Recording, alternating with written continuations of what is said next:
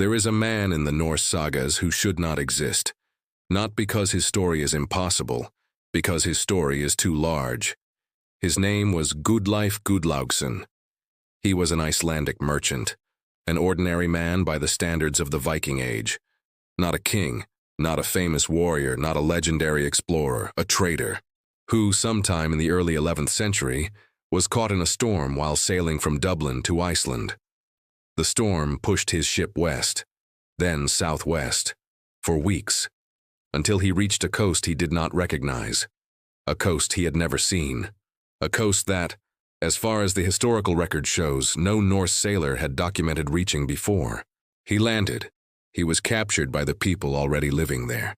And then something happened that the saga records and that historians have spent a century trying to fully explain. A man came to meet him, a man who spoke Old Norse, who told Gudleif in the language of his home that he would be safe, who negotiated his release, who sent him back to his ship with provisions and a direction to sail, and who refused to tell him his name. Gudleif made it back to Iceland. He told the story, and the people who heard it believed they knew who the unnamed Norse-speaking man on the unknown western coast was, a man named Bjorn Asbrandsson, who had left Iceland decades earlier under circumstances that made return impossible, and who had apparently been living alone on a coast that the saga compilers believed was somewhere west of Ireland or west of Greenland, which would place him somewhere in North America, decades before Leif Erikson's documented voyage, living among indigenous people, speaking their language well enough to negotiate, and choosing, when one of his own people finally found him, not to come home. Gudleif Gudlaugsson's story is a footnote in the sagas, a single strange account tucked into the margins of more famous narratives. But it points at something that the famous narratives rarely capture: the Norse individual, the specific person, moving through the medieval world in ways that the grand historical narrative almost never follows closely enough to show. To understand the Norse individual's place in the medieval world, you need to understand how unusual their mobility was. In the 9th, 10th, and 11th centuries, most people in the world did not travel far, not because they lacked the desire, because they lacked the infrastructure. A Frankish peasant's world was bounded by the distance he could walk in a day. Byzantine artisan in Constantinople might travel between cities on established Roman roads, with the institutional support of the empire's infrastructure. A merchant in the Abbasid Caliphate could travel the established trade routes between Baghdad and the major Islamic cities, moving within a known system, with known waypoints and known conventions. All of these movements happened within systems, within political structures that provided the infrastructure: roads, currencies, legal frameworks, diplomatic relationships that made movement possible and safe. The Norse moved outside these systems, not without systems of their own. But the Norse systems were not political infrastructure. They were social infrastructure, the network of personal relationships, the specific people you knew, the specific families whose hospitality obligations to you were established, the specific trade partners who recognized your face and your goods. That constituted the actual operational framework of Norse mobility. A Norse trader moving from Iceland to Hedeby to the Seine trading ports to the English coast to the Baltic was not moving through a political system that supported his movement. He was moving through a personal network that he had built, and that his father had helped build, and that his grandfather had contributed to, across decades of specific personal relationships maintained through gift-giving, oath-swearing, and the specific social technologies of Viking Age relationship building. The network was his infrastructure, and the network was global. Gudridur Thorbjarnardottir. She is the most well-traveled woman of the medieval world, possibly the most well-traveled person of any gender in the medieval world, by the measure of the geographic range she covered. Born in Iceland, sailed to Greenland with her father, sailed from Greenland to North America with her husband Karl Sefni's expedition, gave birth to the first European child born in the Americas, her son Snorri, returned to Greenland, sailed back to Iceland, sailed from Iceland to Norway, from Norway to Rome, on foot, walked to Rome, thousands of miles on the roads of medieval Christendom. Through England, possibly. Through France, through the Alpine passes, through northern Italy. To the city at the center of the Christian world, and then walked back. To Iceland, where she became a nun. And died. The saga account of Gudridur's life covers roughly 1,200 miles of ocean sailing and at least 3,000 miles of land travel in the 11th century, without the infrastructure that would make such travel even comprehensible in later eras, without printed maps, without institutional support systems, without any of the framework that would have made such a journey an extraordinary personal achievement. The saga records her arrival in Rome, and that the Pope received her. The specific Pope received an Icelandic woman who had been to North America, who had given birth to the first European American, who had walked from Norway in the 11th century, and then walked home. There is no record of what they discussed. The saga does not record it. Perhaps the saga compiler did not know. Perhaps Gudridur did not talk about it when she returned. She became a nun and built a church, and the saga says she lived there quietly until she died. The woman who had covered more of the medieval world than almost any person alive, living quietly in Iceland, building a church at the edge of the world she had left and returned to. The Norse individual traveled because the Norse social system made travel possible in ways that other medieval social systems did not. The guest right, the obligation of hospitality toward travelers who arrived correctly, who announced themselves properly, who carried themselves with specific social markers, identifying them as people whose network included your network, was one of the most seriously maintained social obligations in Norse culture. A Norse traveler arriving at a farm in Iceland or Norway, or the Danelaw in England, was not a stranger in need of charity. He was a node in a network activating a specific obligation. The host was expected to provide food, shelter, and a specific period of hospitality. Not indefinitely, not unconditionally, but the initial obligation was clear. You fed people who arrived correctly. You housed them. You asked your questions after. This system created a distributed hospitality infrastructure that functioned like a network of waypoints across the known world. Every Norse settlement was a potential stop.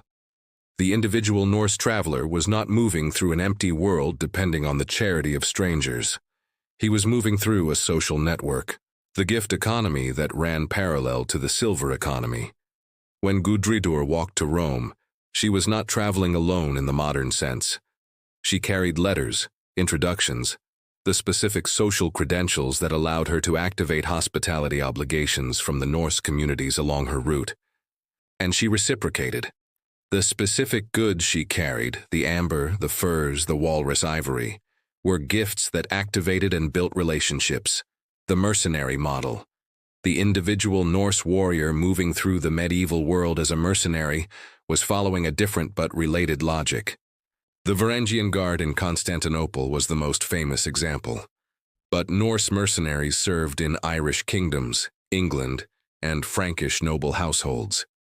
Each posting was a relationship, a specific employer, a specific contract, a specific set of obligations on both sides, and each relationship, when it ended, was an addition to the individual's network. A former employer who owed you a good reference, a language you had learned, a relationship with a supply chain, a community of people who knew your face and your capabilities. The mercenary who served 3 kings in a decade was building the most valuable thing a Norse individual could possess. A network that spanned the known world and would support him wherever he went next. Here is the part of the Norse individual's story that the adventurous narrative leaves out. Most of them did not come back. The Norse world celebrated the men and women who traveled and returned, who brought silver home, who brought stories, who brought the specific social capital of having been somewhere, and survived it and made something of it and come back. The sagas are the stories of the ones who came back. The ones who did not come back are not in the sagas. They are in the foreign chronicles. The Arabic accounts that describe Norse traders who died of illness in the markets of the Volga. The Byzantine records of Varangian soldiers killed in campaigns. the Irish annals that record Norse settlers killed in conflicts, the archaeological record of Norse objects found far from Scandinavia, in contexts that suggest individual Norse people who stayed, because they could not leave, or chose not to, or were not given the choice. Bjorn Branson, the man found on the western coast, had left Iceland under a sentence of banishment. He could not come home. He went west, further west than any documented Norse voyage of his era, and apparently found a place to be, among people who were not Norse, in a world that had no name in any language he knew. He learned their language. He found a function. He became, in whatever sense the word applies across that cultural distance, part of the community. And when one of his own people finally found him, he sent them home, without him, because home was not where he was anymore. The Norse individual traveled the medieval world. Some of them made it back, some of them made it somewhere else, and some of them just kept going, into the silence that exists beyond the edge of the known world, where what happened next is nobody's story but theirs. In 2021, a team of researchers published the results of a project that had taken 15 years. They had been tracing the genetic legacy of Norse expansion across the medieval world. Not the famous movements, not the Normandy settlement or the Varangian Guard or the Greenland colonies. The quiet ones, the individual Norse people who moved through the medieval world and left their genetic signature in populations where the record recorded no significant Norse presence. What they found was a map of individual movement, not fleet movement, not army movement, not the organized migrations of settlement communities. Individual people, moving through the medieval world, leaving descendants in places no saga describes. The map covered, when the genetic data was fully analyzed, a geographic range stretching from Greenland to the steppes of Central Asia, from the Arctic Circle to the coast of North Africa. Individual Norse genetic signatures embedded in populations across a range so vast that the researchers described it as difficult to process. Not because the range was impossible, because each data point on the map represented a person, a specific person, who had traveled from somewhere in the Norse world to wherever their descendants now lived, who had formed a relationship with someone already there, who had had children, who had built in whatever time they had some version of a life, and then disappeared from the written record, leaving nothing behind except the specific combination of genetic markers that their descendants carry today, without knowing they carry them, without knowing that the specific pattern in their genome is a message from a person who lived 1,000 years ago, who traveled further than anyone recorded, who found somewhere to be, and stayed. The saga tradition celebrated the Norse who came home. The genetic record honors the ones who didn't. Both were doing the same thing, moving through the world with the confidence of people raised to believe that the sea was a road, that the horizon was not a limit, that wherever you went you could find a way to function, because functioning in unfamiliar conditions was not a special skill. It was just what you did, what you had always done. From the first cold morning standing in the snow with a wooden stick, to the last harbor you ever saw, to the coast you landed on and looked at and decided, for whatever reason the deciding happens, this is where I stop. This is where I stay. This is where I build whatever comes next. The world is full of people who carry that decision in their DNA, who do not know they carry it, who are, in some sense, they will never be able to articulate, still moving.